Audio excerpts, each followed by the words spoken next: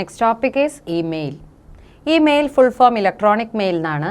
നമുക്ക് എല്ലാവർക്കും മെസ്സേജ് അയക്കുന്നതിന് വേണ്ടിയുള്ള ഒരു സംവിധാനമാണ് ഇമെയിൽ. അപ്പോൾ ഇമെയിൽ അഡ്രസ്സ് ഉള്ളവർക്ക് മാത്രമേ നമുക്ക് സെൻഡ് ചെയ്യാനായിട്ട് പറ്റുള്ളൂ. നമുക്ക് ആദ്യം തന്നെ കമ്പ്യൂട്ടർ ഇൻ്റർനെറ്റ് തുടങ്ങിയ സമയത്തുണ്ടായിട്ടുള്ള ഒരു മെസ്സേജിങ് രീതിയാണ് ഇമെയിൽ എന്ന് പറയുന്നത്. നോക്കാം ബേസിക് ഇമെയിൽ ഫങ്ഷൻസ് എന്തൊക്കെയാണ്. First, send and receive the mails, നമുക്ക് അയക്കാനും ഇങ്ങോട്ട് കിട്ടാനും. സേവ് ദ മെസ്സേജസ് അടുത്തത്. മൂന്നാമത്തത് പ്രിന്റ് ദ മെയിൽ മെസ്സേജ്, നമുക്ക് പ്രിന്റ് ചെയ്യിക്കാം. 4, reply to the mail message, reply ചെയ്യാം. 5, attach a file to a message, നമുക്കൊരു ഫയൽ അറ്റാച്ച് ചെയ്യാനായിട്ടും പറ്റുന്നു. ഇത്രയുമാണ് ബേസിക് ഇമെയിൽ ഫങ്ഷൻസ്.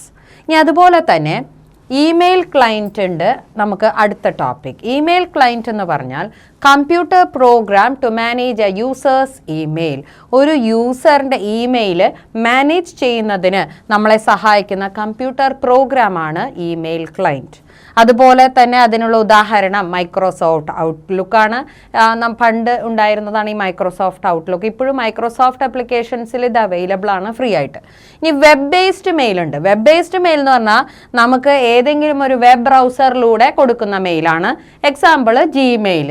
അപ്പോൾ ജിമെയിൽ എല്ലാവർക്കും പോപ്പുലറായിട്ട് അറിയണതാണ്. അപ്പോൾ നമുക്ക് ഇതുപോലുള്ള വെബ് ബ്രൗസർ ബേസ്ഡ് ആയിട്ടുള്ള മെയിൽ നമുക്ക് സർവീസസ് അവൈലബിൾ ആയതുകൊണ്ട് അതിലൂടെ നമുക്കിപ്പോൾ യാഹു ആയിരുന്നു പണ്ടുണ്ടായിരുന്നത്, ഇപ്പം എല്ലാവരും ജിമെയിലാണ് യൂസ് ചെയ്യുന്നത്. അതിലൂടെ നമുക്ക് ഇമെയിൽ അഡ്രസ്സ് ക്രിയേറ്റ് ചെയ്യാം. ഇനി ഇമെയിൽ അഡ്രസ്സ് ക്രിയേറ്റ് ചെയ്യുമ്പോഴുള്ള പ്രത്യേകത എന്താണ്? എപ്പോഴും ആദ്യം നമ്മൾ കൊടുക്കുന്ന ഒരു പേര് എന്താണെന്ന് വെച്ചാൽ അത് കഴിഞ്ഞ് @ അത് കഴിഞ്ഞ് gmail.com ഇങ്ങനെയാണ് കാണുക. അതായത് 3 പാർട്ടായിട്ട്. ഫസ്റ്റ് പാർട്ട് നമ്മൾ കൊടുക്കുന്ന ഇമെയിൽ അഡ്രസ്സ്, പിന്നെ @ പിന്നെ അത് കഴിഞ്ഞിട്ട് ഏത് വെബ് ബ്രൗസറിൽ നിന്നാണ് നമ്മൾ ഈ മെയിൽ അഡ്രസ്സ് ക്രിയേറ്റ് ചെയ്തത്. ജിമെയിൽ ആണെങ്കിൽ gmail.com അങ്ങനെയാണ് കാണുക.